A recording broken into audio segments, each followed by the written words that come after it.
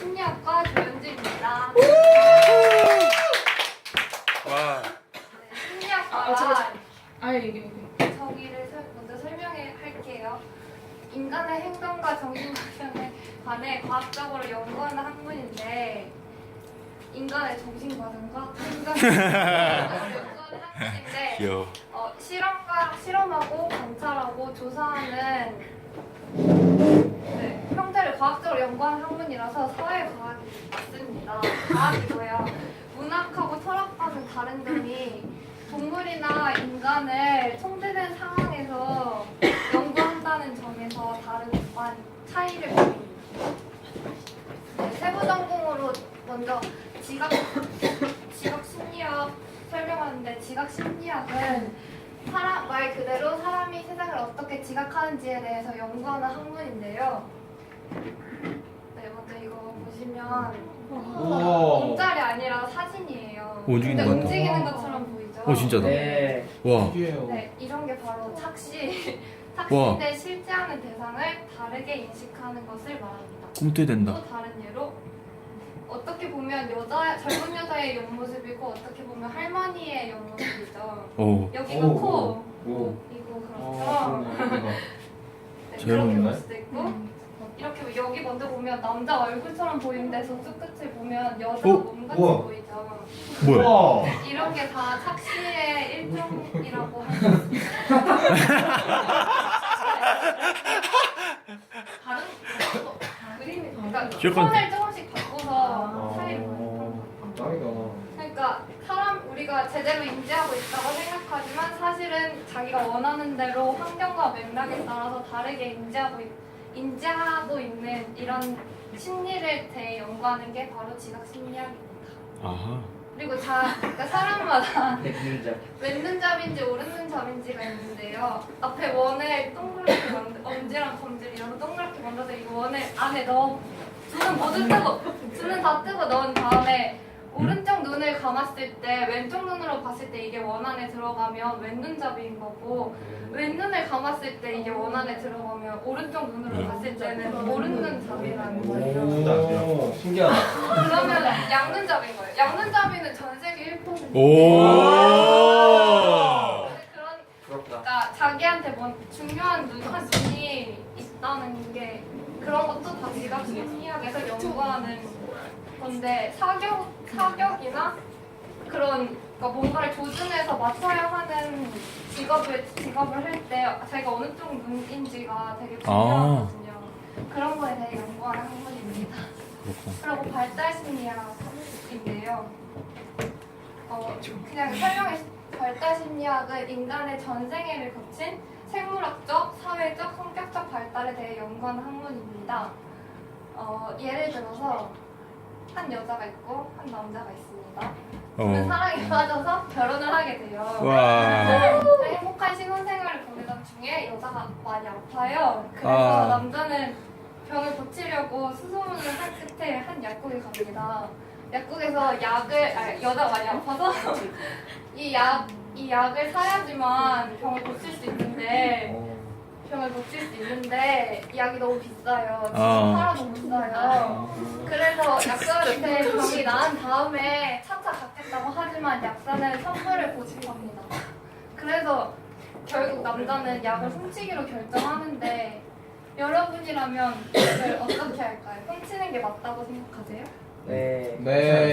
왜요? 생명이 더 중요하니까요. 네, 이 실험은 이게 실험이에요. 실험은 도덕성 발달 정도에 대해서 실험한 건데, 콜버그의 도덕 추론의 단계라고 1단계부터 6단계까지 있는데요. 초등학교 1, 2학년의 경우는 훔치는 게 틀리다. 왜냐하면 훔치는 걸 알면 엄마 아빠가 화내니까, 혼나면 무서우니까, 맞으면 아프니까. 그래서 처벌이 무서워서 하면 안 된다고 하는 그런 경우고, 가장 높은 그러니까 5, 6단계는 엄청 높은 도덕성 단계인데, 이런 단계에 이르는 사람은 훔치는 게 맞다. 왜냐하면 처벌을 받아 훔치는 게 자기랑 훔칠 건데, 왜냐하면 훔치는 것 자체는 잘못된 행동이지만 인간의 존엄성과 권리가 더 우선시되어야 되기 때문에 민주적 원칙에 따라서 융통성을 발휘할 수 있어야만 한다라고 주장하기 때문에 5, 6단계에 해당한다고 볼 수 있습니다. 그런데 법조계에서도 조사를 해봤을 때 이런 조사를 했을 때 4단계 이상으로 갈 수 있는 사람이 정말 드물어요. 5, 6단계에 이르는 사람은 4%라고 들었어요. 4% 정도. 높은 도덕성 단계에 해당합니다. 네, 이런 걸 배우는 게 발달 심리학이었고요. 사회 심리학은 개인과 사회의 상호작용에 주목하고 상황에 초점을 맞춰서 연구하는 학문이에요. 네, 사회 심리학의 유명한 교수님이 최인철 교수님이라고 사회 심리학에서 사회 심리학을 전공하는 사람들은 다 아시는 엄청 유명하신 분인데 인간이 아까 전에도 그 착시 말할 때도 상황에 되게 많이 지배를 받는다고 했잖아요. 그러니까 인간이 사람들과 사회에 많이 지배를 받는데 우리한테 가장 큰 영향력을 미치는 환경은 뭘까요? 부모. 주변 사람, 네, 부모도 맞고 주변 사람이에요. 자기 옆에 어떤 사람이 있느냐에 따라서 자신의 생각이나 가치관이나 행동에 많은 영향을 받는데 행복한 사람 옆에 있을수록 더 많이 행복해진다는 얘기가 있어요. 자기의 친구가 행복해지면 자기가 행복해질 확률이 15% 증가하고 자기의 친구의 친구가 행복해지면 자기가 행복해질 확률이 10% 증가하고 자기의 친구의 친구의 친구가 행복해지면 자기가 행복해질 확률이 6% 증가한다는 정도로 자기 친구의 친구의 친구까지 행복에 영향을 미칠 수 있는 사돈의 8촌. 엄청난 주변 환경이 우리가 생각하는 것보다 훨씬 더 중요하다는 사실을 알 수 있습니다. 네. 네, 심리학과를 졸업하면 대학만 졸업해서는 사실 수박 겉핥기식으로밖에 공부를 했다고 할 수밖에 없어요. 대학원에 진학해서 세부 전공을 정하고 나서 공부를 더 해야지 좀 더 전문가로서 활동할 수 있는데 만약에 범죄 심리학을 전공하게 되면 프로파일러가 될 수 있는데요. 아이리스의 김태희도 프로파일러로 나왔죠. 기억이 안 나요. 되게 아이리스 모르는 거 얘네한테 아니야? 아이리스는 너무 어려워. 아이리스가 뭐야? 나 보낼 텐데. 그냥 이뻐요. 몇 살? 몇 살? 나 재수할 때. 저 아이리스 나왔어요. 잘 빼? 근데 그럼 진행하면 까먹었어. 미안해.